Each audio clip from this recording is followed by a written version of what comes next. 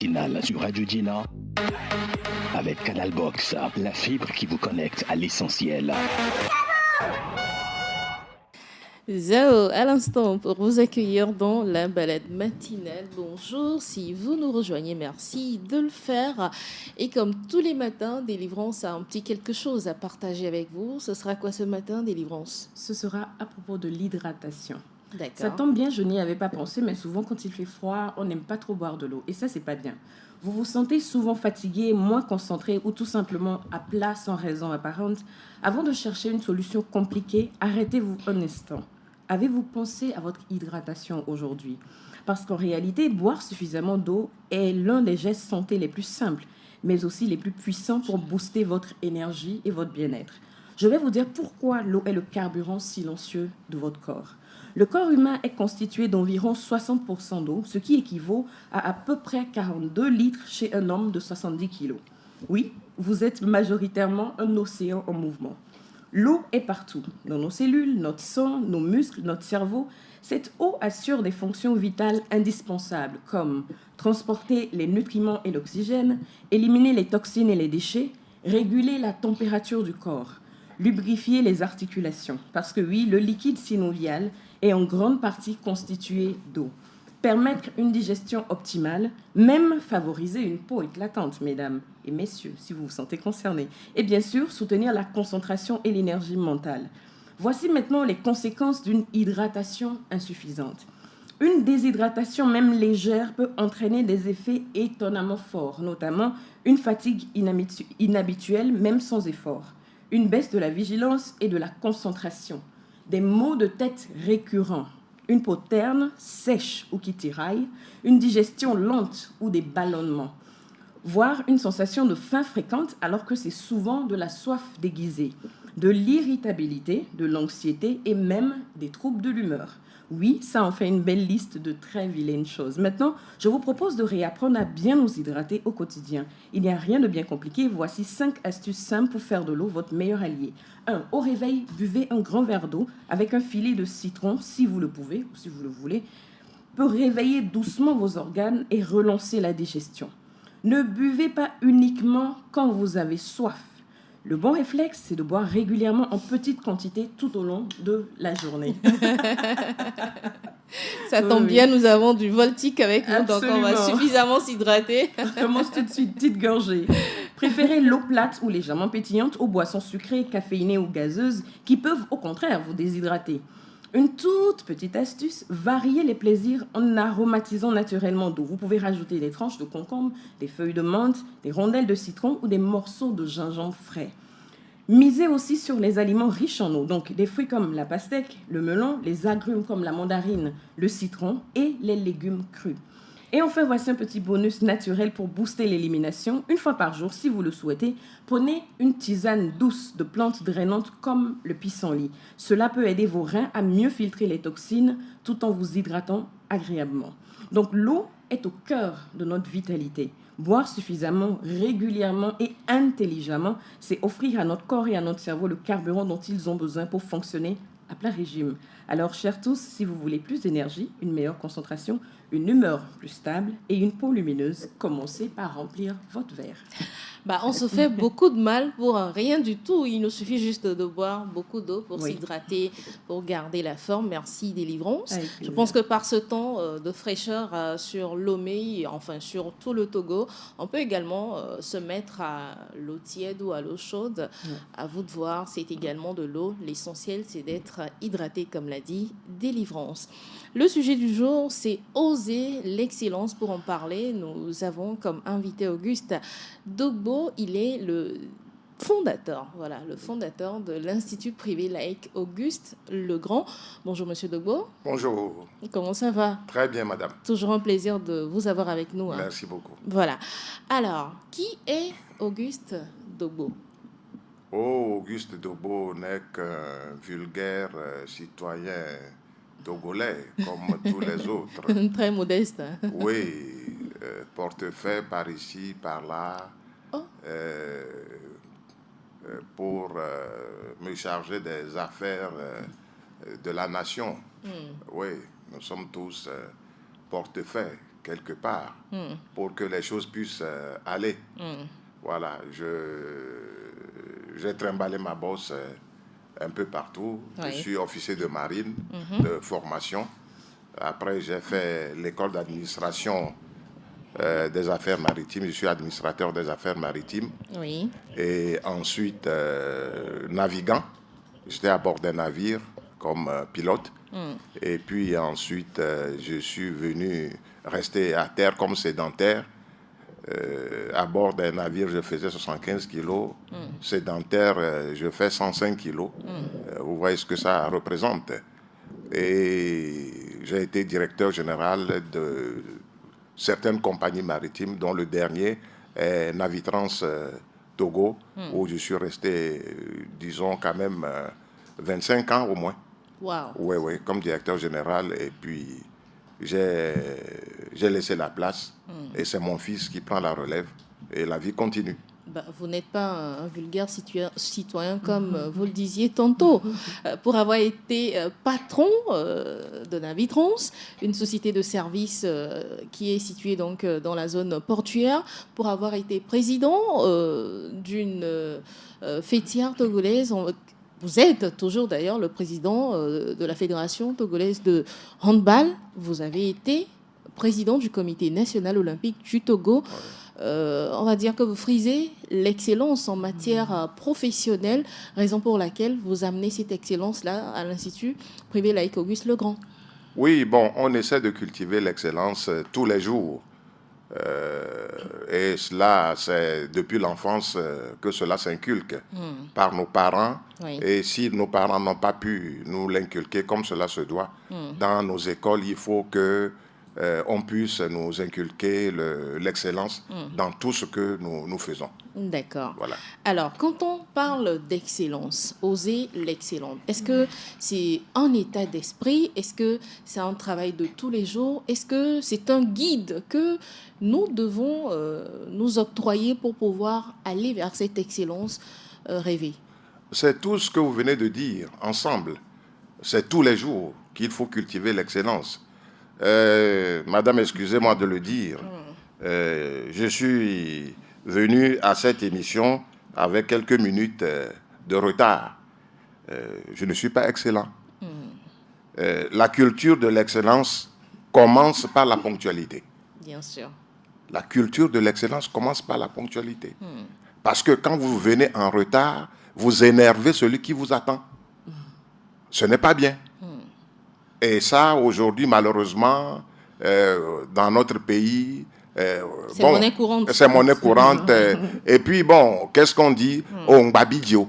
C'est le terme que nous avons aujourd'hui. Attendez, non. C'est pas bien. C'est pas bien, c'est dommage. C'est vraiment dommage. Voilà. Donc, c'est la culture de tous les jours. Tous les jours, dans tout ce que nous faisons, nous devons tenter d'être excellents. Même si on n'y arrive pas, il faut tenter tous les jours. Je dois faire bien, je dois faire ceci bien, je dois faire cela bien.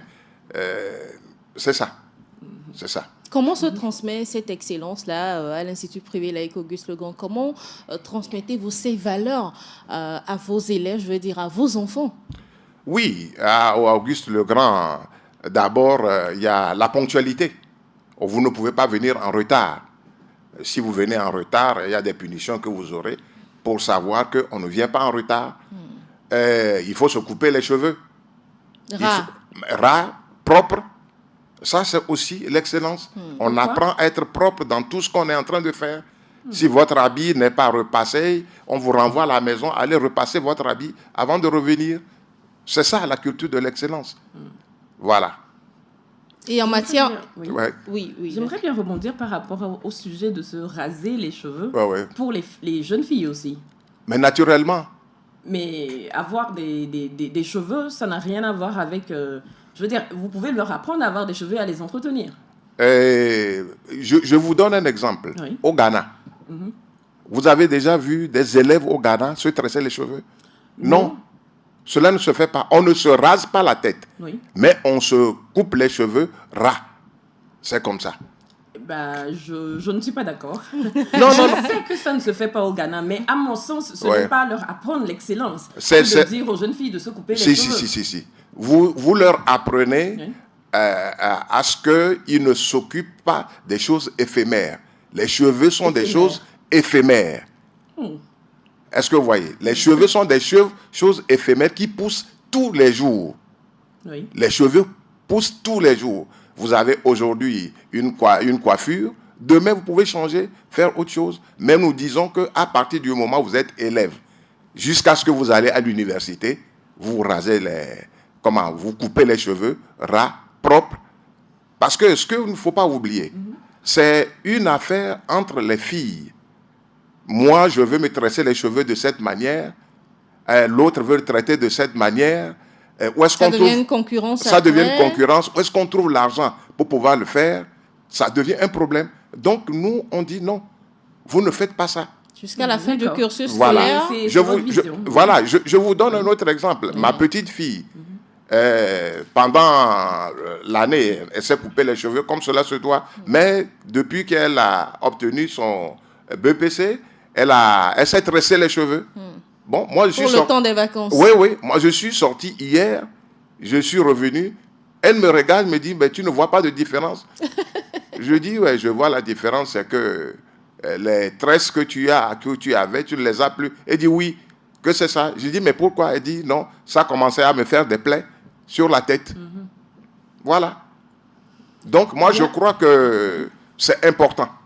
En tout cas, la réflexion est assez percutante. Je pense que chacun à son niveau doit comprendre ça différemment, mais vu sous cet angle, c'est une manière d'amener les élèves à se concentrer sur l'essentiel. Sur l'essentiel. C'est-à-dire la réussite à la fin de l'année scolaire pour ne pas trop divaguer. Voilà, c'est le samedi, je dois aller chez la coiffeuse, je dois aller faire ma pédicure, ma manucure, ainsi de suite. On permet donc ainsi aux filles d'avoir les mêmes chances que les garçons, je le comprends ainsi, à moins que je ne me trompe. Mais si je vous dis que les résultats que nous avons dans notre établissement, les filles sont devant les garçons. Les pourcentages des filles. Oui. Et les meilleurs. Il y a des classes où c'est le premier, deuxième, troisième, c'est des filles. Et plusieurs classes comme ça. Est-ce que vous voyez? Donc, c'est important. Et à ces filles-là, il y a certaines qui sont sportives, à qui on a commencé à jouer, à apprendre à jouer au handball, et qui sont à faire du karaté. Et aujourd'hui, ces filles sont excellentes. Excellentes. Et en classe, elles sont aussi excellentes que ça. J'entends ce que vous dites. Voilà. Je comprends ce que vous dites, mais j'aurais quand même tendance à y mettre des nuances. Mais bon, là n'est pas la question. Oui. Le temps va passer. On va pas se mettre d'accord sur ce sujet. Non. Vous savez, ça c'est chacun à sa manière de voir ce côté. Mais nous disons que dans une institution ou bien dans un institut où tout le monde doit être au même pied d'égalité. Nous le faisons comme ça pour éviter que... Voilà. J'avoue que j'ai été habituée à ce rythme aussi, à me couper les cheveux tout le long du cursus scolaire. Enfin, pas tout le long, arrivé au lycée. Mais bon, on se fait à l'idée après.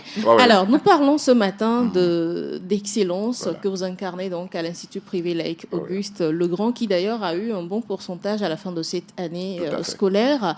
Ce sera cette excellence-là, le credo de l'école dans les années à venir aussi? Toujours, on doit cultiver l'excellence. Nous devons oser l'excellence dans tout ce que nous devons faire. Vous savez, je dis que la conception de l'excellence, c'est comme l'infini en mathématiques. D'accord. C'est-à-dire, on n'atteint jamais l'excellence. On n'atteint jamais, au grand jamais, l'excellence. Et l'excellence, c'est en fonction du temps et du lieu. L'excellence est en fonction du temps et du lieu. Si je prends le lieu, par exemple, je vais prendre un exemple très simple. Je prends le championnat national de football du Togo. Oui. Le premier, on fait le commentaire, ça, vraiment, ils sont excellents, ils sont bons, ils sont très bons. Oui. Mais si tu le compares à la Champions League, tu te dis... il y a un problème. Vraiment. Voilà. C'est ça, la culture de l'excellence. D'accord. Ça dépend du milieu dans lequel on est.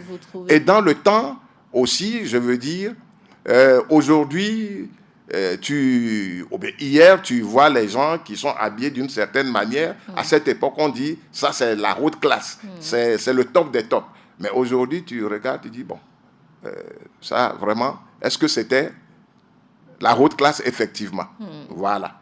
Et dans cette culture, oui, un dépassement de soi au jour le jour, dans cette culture de l'excellence, vous conciliez beaucoup de choses à l'Institut Privilège Auguste Legrand. Il y a, ma foi, le cursus scolaire, certes, mais il y a les activités sportives, il y a les activités musicales, on va dire. Bien sûr. Est-ce que tout ça concourt à l'excellence chez l'élève? Oui, toutes ces activités que nous faisons permettent de développer la capacité des enfants à apprendre. En quoi le sport développe sa capacité d'apprendre? Non, le sport, d'abord, ça maintient le corps en parfait état pour pouvoir aller à l'école comme cela se doit. Il y a la discipline. Il y a la discipline sur un terrain de sport. On vous dira, il y a telle chose qu'on ne fait pas, telle chose qu'il faut. Il y a l'arbitre qui est là, qui vous dirige, qui vous fait ceci et cela. Et cela contribue à discipliner. Parce que vous ne pouvez pas prétendre à l'excellence si vous n'êtes pas discipliné. Il faut être discipliné pour devenir excellent. Obligatoirement. Dans tout ce que vous faites. Vous savez, moi, j'ai fait avec un monsieur, qu'on le veuille ou non, bon, qu'on l'aime ou non, ce n'est pas le sujet ici. Oui. C'est avec monsieur Edem Kodjo. Mais ce monsieur, vous ne pouvez pas imaginer la culture de l'excellence de ce monsieur, dans tout ce qu'il fait. Je vous donne un exemple. Oui. On était avec lui tous les midis, on mangeait avec lui. Oui. Et un jour, il y a le serveur. Il a fait tomber, ou bien il a fait verser un peu de vin sur la nappe. Il l'a renvoyé. Quoi? Il l'a renvoyé. Pour un peu de vin sur la nappe? Oui. Mais le lendemain, je dis, mais PM, bon, pour ce monsieur, est-ce que vous ne pouvez pas? Il dit, Auguste, assois-toi. Ce monsieur, il a appris quel métier? Je dis, serveur. Mais s'il est serveur et qu'il verse le vin sur la table, ce n'est pas à la table du Premier ministre qu'il doit rester. Il n'a qu'à retourner la prendre quelque part. Parce qu'il a appris comment est-ce qu'on verse le vin pour que ça ne... pour qu'on le verse pas sur la table. Est-ce que vous voyez? C'est la culture de l'excellence. Il y a des choses que, bon, nous on dit, bon, non, nous on est... C'est assez dur. Voilà. Mais c'est comme ça. Le monsieur, il vient, Edem Kodjo vient le matin, nous sommes en rang pour le saluer, il te regarde, il regarde tout le monde, de haut en bas, et puis il va dans son bureau, et puis il t'appelle, il dit, viens. Et quand tu viens le voir, il te regarde et dit, mais attends, dis-moi, tu as vu le costume que tu as porté et la cravate que tu as portée. Est-ce que c'est bien? C'est-à-dire que ça ne se marie, les couleurs ne se marient pas? Oui, va à la maison pour changer la cravate. Il va jusqu'à ces détails-là? Mais bien sûr. Oui. Et après, il te dit que tu es au sommet de l'État ici. Tu es au sommet de l'État ici. Il y a des visiteurs qui vont venir et qui vont voir ces détails-là. L'excellence, c'est dans les détails. Les petites choses que nous n'imaginons pas. C'est par là où les gens nous jugent sur notre excellence. Et c'est important. Très important aujourd'hui dans nos sociétés. Parce que c'est intéressant parce que l'excellence, c'est une entité en mouvement. C'est ça. On s'améliore à chaque fois. Tout le temps. Maintenant, à partir de quel moment est-ce que l'échec peut intervenir dans la quête de l'excellence? C'est une très belle question. Quand on évolue, plus on tend à l'excellence, on va tomber et se relever. Et si on ne tombe pas, on ne deviendra jamais excellent. Tout à fait. Non, on peut tomber à tout moment. Oui. On peut faire des erreurs dans la quête de l'excellence. Mais il ne faut pas se coucher.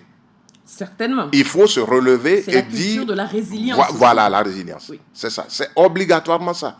Et on avance. Chaque fois, il faut chercher à faire beaucoup mieux dans tout ce que nous faisons. Vous voyez, parfois, on voit nos couturiers ici, enfin nos tailleurs, on voit parfois nos maçons, ils font des murs. Le service minimum. Tu te demandes, ce monsieur-là, est-ce qu'il a appris le métier ou bien il a vu les gens faire le métier et puis lui aussi, il se met à le faire. Sincèrement. Tout simplement parce qu'on ne lui a pas imposé la manière de faire les choses. C'est ça le gros problème que nous avons. Moi, je dis, malheureusement, Les anglophones sont beaucoup plus organisés que nous dans beaucoup de choses que nous faisons. Oui. C'est ça. L'excellence, c'est également se mesurer aux autres, savoir si je fais mieux que ce que fait l'autre. Est-ce que c'est l'idéal? Mais naturellement, il faut regarder les autres. Qu'est-ce que les autres font? Il faut se comparer aux autres. Non pas dans la réussite de l'autre, mais dans la manière dont l'autre est en train de le faire. Est-ce que vous voyez? L'autre, il est beaucoup plus riche que moi. Le problème n'est pas là-bas. Mais à un certain niveau, qu'est-ce que je peux faire? Il y a mon père qui m'a toujours dit, même si tu portes un habit déchiré, il faut qu'il soit propre. D'accord. C'est ça l'excellence. Je n'ai pas de moyen d'acheter un autre habit. D'accord. Mais cela ne veut pas dire que ce que je porte doit être sale. Est-ce que vous voyez? Tout ça là, c'est important. C'est important. Voilà. Alors, nous parlons d'excellence ce matin, chers auditeurs. C'est très important dans tous les domaines de la vie. Je pense que c'est d'ailleurs cette excellence que nous devons cultiver chez la jeunesse aujourd'hui, chose que fait si bien l'Institut privé laïque Auguste Legrand, que nous allons découvrir à nouveau ce matin. L'Institut privé laïque Auguste Legrand qui est situé à Amat-Dahomey. Que propose l'Institut privé laïque Auguste Legrand à sa clientèle ou à ses élèves? À nos élèves, nous proposons pour commencer l'excellence. Je vous dis que chez nous, tout le monde porte l'uniforme. Et je veux dire tout le monde, c'est-à-dire les enseignants aussi portent l'uniforme. Oui. Mais parce que les enfants apprennent par expérience. Est-ce que vous voyez? Si les enseignants eux-mêmes ne sont pas propres avec les habits qu'ils portent devant les enfants, comment voulez-vous que les enfants soient propres?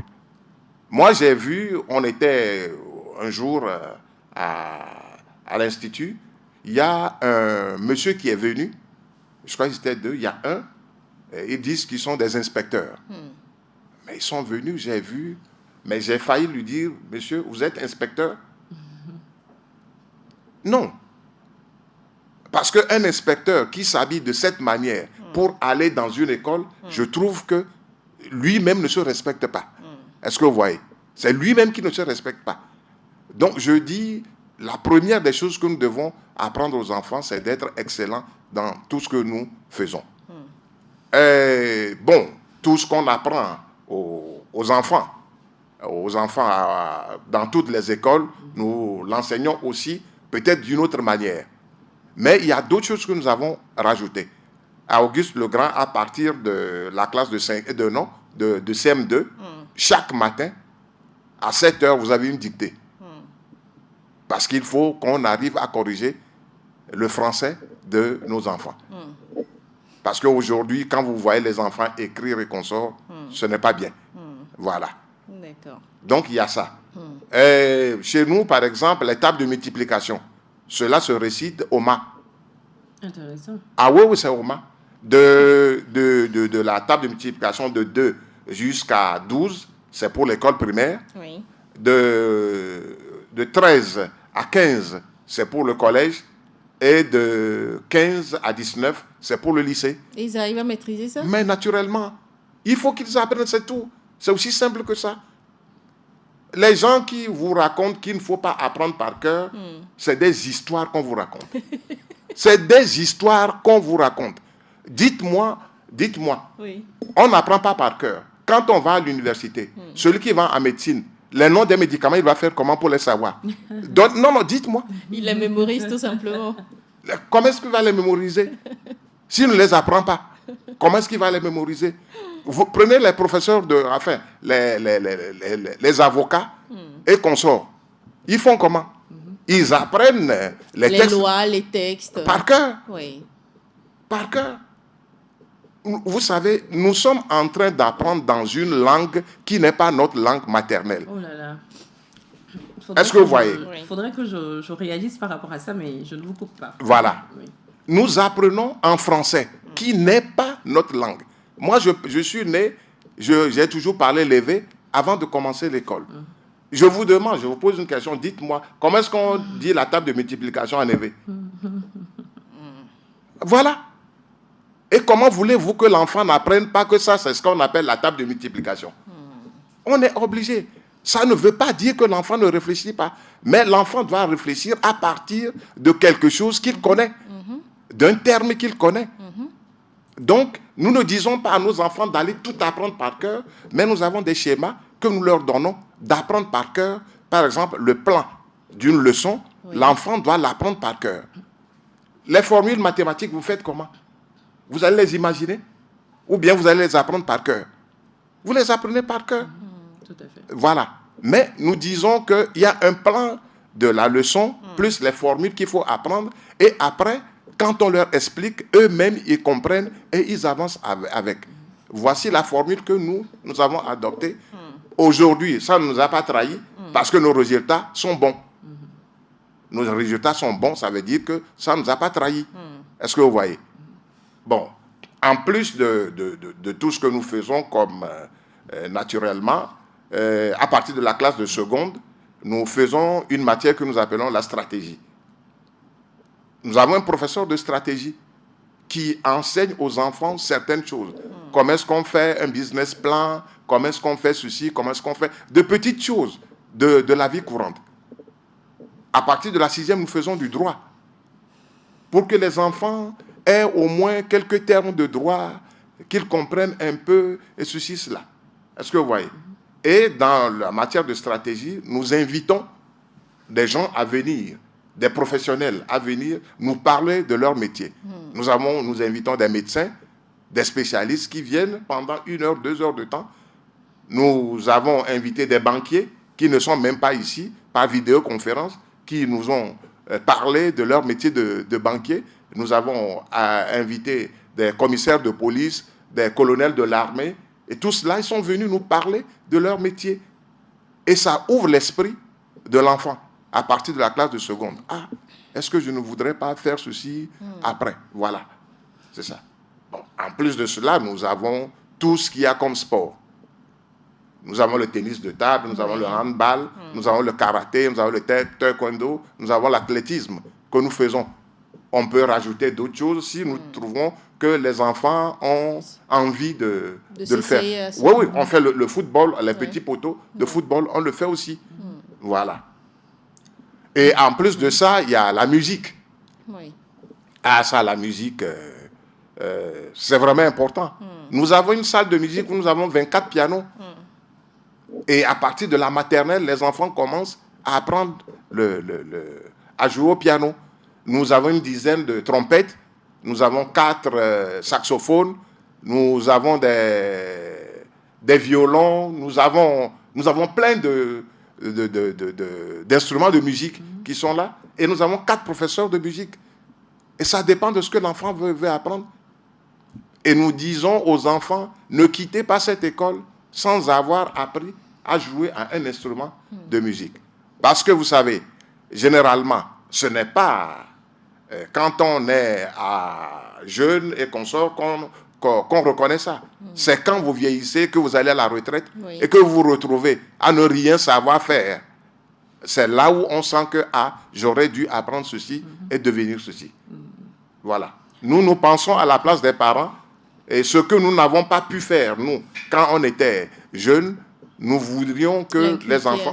Voilà, c'est ça. Par rapport à tout ce que vous avez dit, j'aimerais soulever 2 points du fait d'oser l'excellence. C'est ça. C'est d'abord l'apprentissage de nos langues vernaculaires et le côté sportif par rapport au handicap. C'est ça. D'abord, les langues vernaculaires, le fait d'oser l'excellence, pour moi, c'est aussi se réapproprier notre culture. C'est ça. Vous savez, là, actuellement, quand nous allons en France, le Togolais va parler français avec le français en France. C'est ça. Mais quand il rentre dans le giron de la terre natale, il parle aussi français avec le français, et pire encore, avec le Togolais. C'est ça. Donc, je me dis que nous devons, dans cette quête de l'excellence, nous réapproprier là d'où nous venons et en faire un outil d'apprentissage. Tout à fait. Vous imaginez si on arrive à concevoir un robot et que dans le mot d'utilisation, on a du français, de l'anglais et peut-être du thème ou du kotokoli, on les oblige à composer avec nous. Si on arrive à s'imposer sur l'échiquier international, le fait qu'ils viennent vers nous, ils sont obligés de parler nos langues. Et ça, ce serait génial. Est-ce que vous inculquez ce retour aux sources à vos élèves?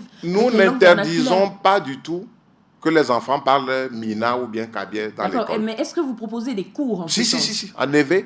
D'accord. En EV. Oui. Oui. Il y a des cours d'EV Il y a un professeur d'EV qui enseigne l'EV. D'accord. Voilà.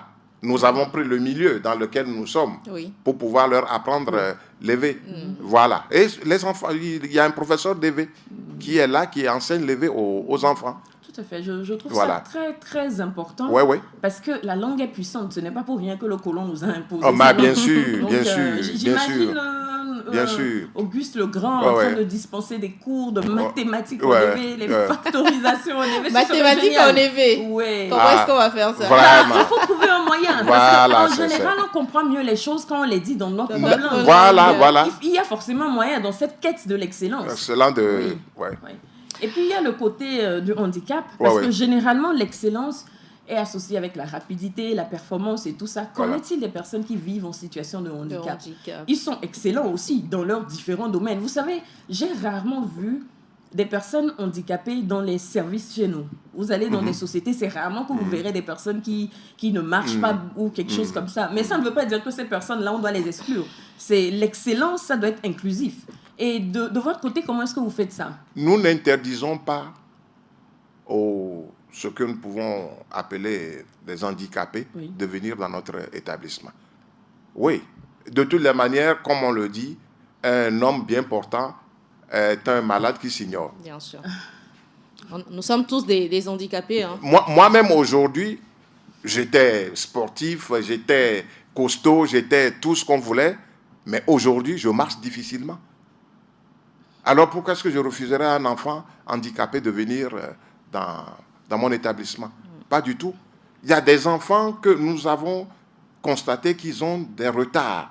Mais qu'est-ce que nous pouvons faire pour pouvoir rattraper ce retard? On essaie de le faire toujours.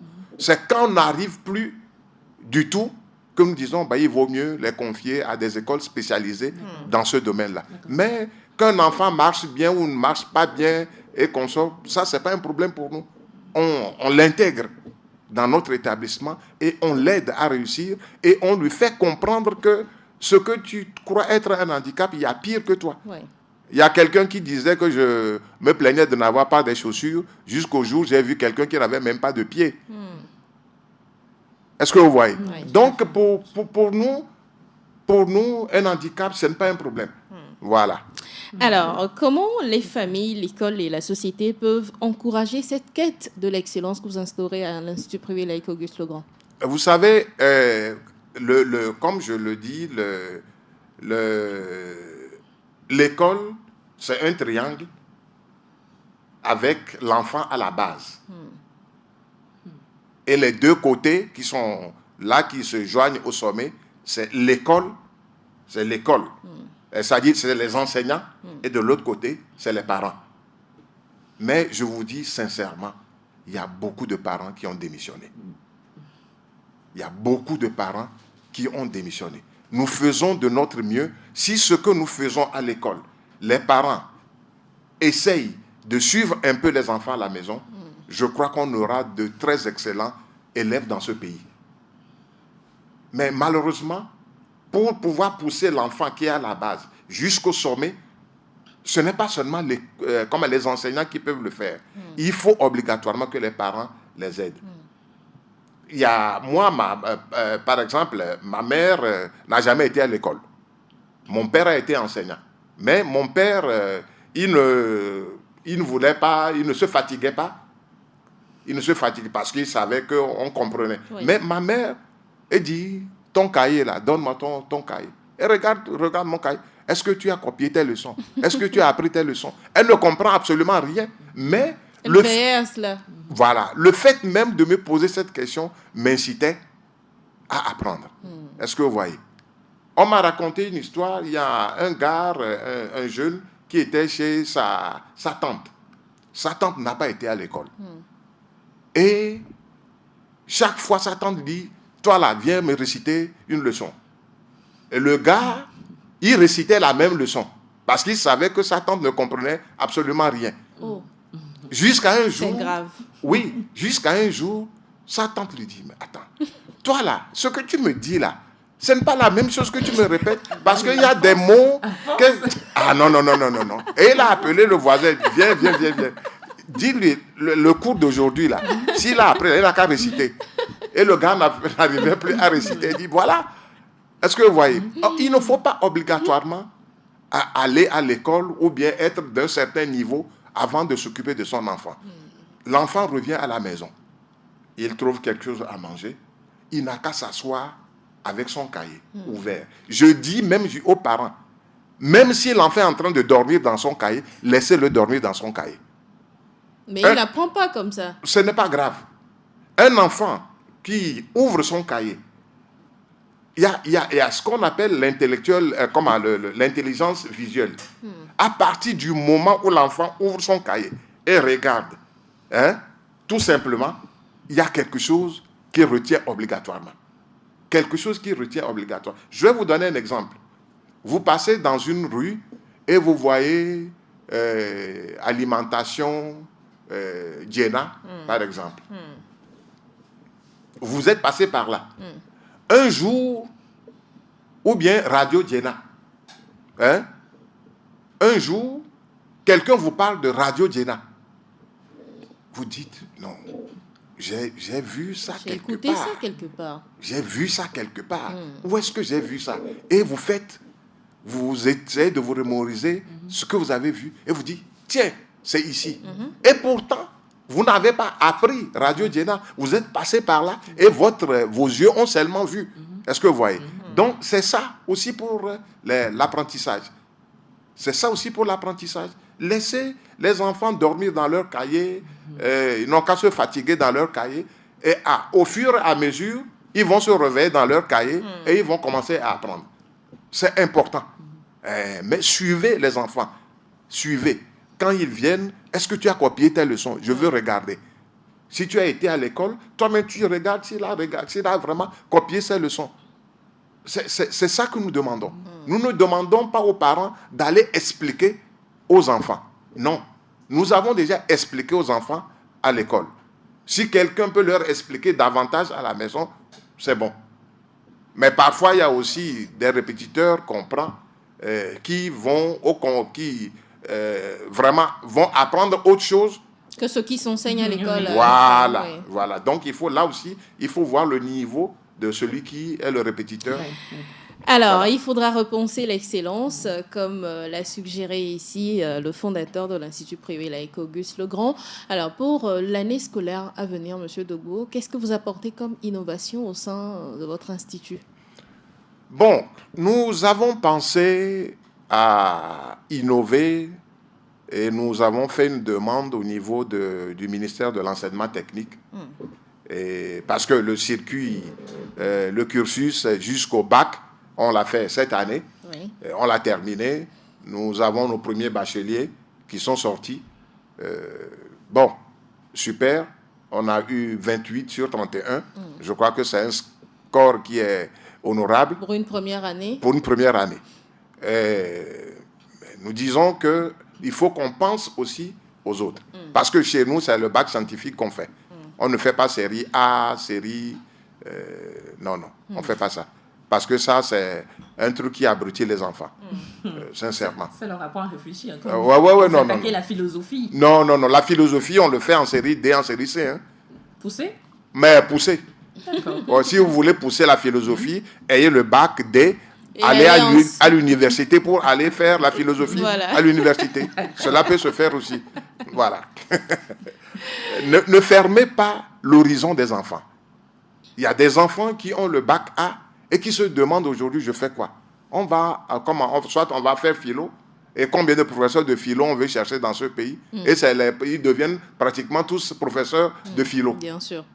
Est-ce que vous voyez? Est-ce qu'il n'y a pas une autre manière de les rediriger? Voilà. Voilà. Bon, donc je dis, nous on fait les séries scientifiques et on pousse les enfants. Moi, je peux vous dire que beaucoup de nos enfants qui ont eu le bac, même avec mention bien, quand vous voyez les notes qu'ils ont eues en mathématiques, c'est à peine 13, 14, 12, 10, 9, des trucs comme ça. Où est-ce qu'ils ont eu les fortes notes? C'est en français, en anglais. Il y en a en SVT qui ont eu 19. En anglais, pratiquement tous ont dépassé 15 de moyenne. Est-ce que vous voyez? Mais ils ont eu quoi? Ils ont eu le bac D. Ils peuvent aller postuler à tout ce qui peut être scientifique au niveau de l'université. Est-ce que vous voyez? C'est ce que je dis. Bon, donc, ayant fini ce cursus, nous avons pensé qu'il y a des jeunes qui ont le BEPC à l'âge de 17 ans, 18 ans, et qui sont un peu limités. Hésitants, on va dire, à continuer le Voilà, à cursus continuer scolaire. pour finir le bac à 21 ans. Ils sont un peu limite. Il y a des jeunes qui ont eu le BPC et qui sont partis buter au probatoire. Et qui ne peuvent plus franchir cela, mais qui veulent faire quelque chose. Donc, nous avons eu l'agrément pour faire la branche technique aujourd'hui dans notre établissement. Et cette année, nous ouvrons l'électro-technique et l'électronique. On va ouvrir les deux branches-là.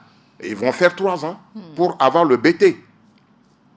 Mais l'avantage... Ce sera que de la pratique ou les deux à la fois? Ah non, on va faire les deux à la fois. L'avantage de cela, c'est que dans 3 ans, tu auras appris un métier. Qui peut te servir en même temps. Voilà. Tu peux t'arrêter là-bas au BT et puis travailler proprement. Ou tu dis, bon, je vais faire le BTS. Et tu continues dans les filières où on peut faire le BTS. C'est égal au bac. Mais tu apprends un métier et tu sais te servir de tes mains. Donc, on veut commencer avec cette année avec ça pour voir qu'est-ce que ça peut donner. Et peut-être les années à venir, on ouvrira d'autres branches qui peuvent permettre aux jeunes d'apprendre des métiers. Voilà. D'accord. Ben, pourquoi ne pas faire la maçonnerie demain? Pourquoi pas? Voilà. Pour qu'on puisse former des jeunes qui ont le BT en maçonnerie. Et le travail sera fait d'une autre manière. Voilà. Qui peuvent également s'essayer à l'excellence dans d'autres domaines d'activité. Voilà. Mais toujours est-il que ceux qui viendront faire le BT chez nous, ils feront aussi la musique et le sport comme les autres. Bien sûr, comme tous les autres. Obligatoire. Nous sommes déjà à la fin de cette émission. Malheureusement, le temps imparti est presque arrivé à son terme. Qu'est-ce que vous voudriez rajouter à tout ce qui a été dit, M. Dogo? Non, moi, je voudrais dire que il faut que on innove chaque fois. On essaie d'innover. L'école n'est pas un domaine où, en tout cas, moi ce que j'ai vu jusqu'à maintenant, ce n'est pas un domaine de business où on est là pour se faire de l'argent. De l'argent. Non. Je ne vois pas l'école de cette manière. Mais c'est quelque chose pour aider notre pays. C'est quelque chose pour aider notre pays. Pourquoi ne pas aller plus loin? Nous avons fait d'autres demandes pour aller plus loin. Aujourd'hui, je vous assure, je voudrais vous dire ceci de fondamental. Les garçons, les filles qui ont le bac à 17 ans, sincèrement, prenons des dispositions pour que ces enfants restent avec nous pendant 3 ans au moins, avant de les envoyer à l'extérieur. Qu'ils aient au moins 20 ans avant de quitter le pays. Je vous assure. Pourquoi? Parce que ce qui se passe à l'extérieur aujourd'hui, c'est dangereux pour ces enfants. Je le dis franchement. Rares sont les enfants qui, à 17 ans, sont capables de dire non à certaines choses. Question de maturité. Voilà. Je vous assure. Beaucoup qui vont en Europe ou bien aux États-Unis ou bien ailleurs, à moins que vous ayez un tuteur et un tuteur qui ait le temps de s'occuper de vous. Parce qu'il ne faut pas qu'on vous le dise dans la bouche, c'est mon tuteur est là-bas et l'enfant arrive là-bas et on ne s'occupe pas de lui. Je vous assure que ce n'est pas évident. Mais quelles sont les institutions que nous pouvons avoir ici pour que ces enfants puissent rester avec nous? Vous voyez, vous allez en Europe, vous allez les écoles dans ces pays-là, c'est entre 8 000 et 10 000 euros par an. Et on nous demande de payer peut-être 500 000, 600 000. Nous croyons qu'au Togo, on ne peut pas donner la culture qu'il faut. Non, c'est complètement faux. C'est complètement faux. Moi, je vous donne l'exemple. Quand j'étais diplômé de l'école des officiers de marine à Abidjan, oui.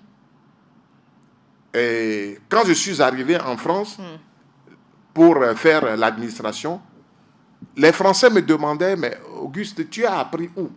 Je dis, mais c'est à Abidjan. Il dit, attendez, c'est pas possible. Après, quand je naviguais, quand j'étais à bord des navires, j'avais des commandants allemands. Ils me posaient la question, tu as été à l'école où je suis à Abidjan? Il dit, et vous êtes formé de cette manière?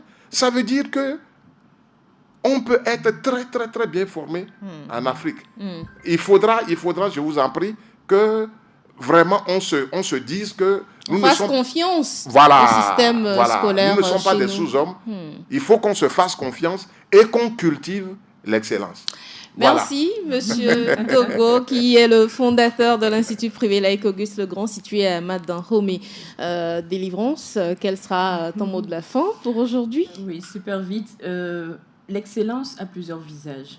Et je pense qu'il nous incombe à nous de faire en sorte que tout le monde puisse prétendre à cette excellence. Peu importe les couches de la société, le profil de la personne, pour que nous puissions avancer ensemble. Parce que c'est aussi ça l'excellence. Ce n'est pas de l'individualité.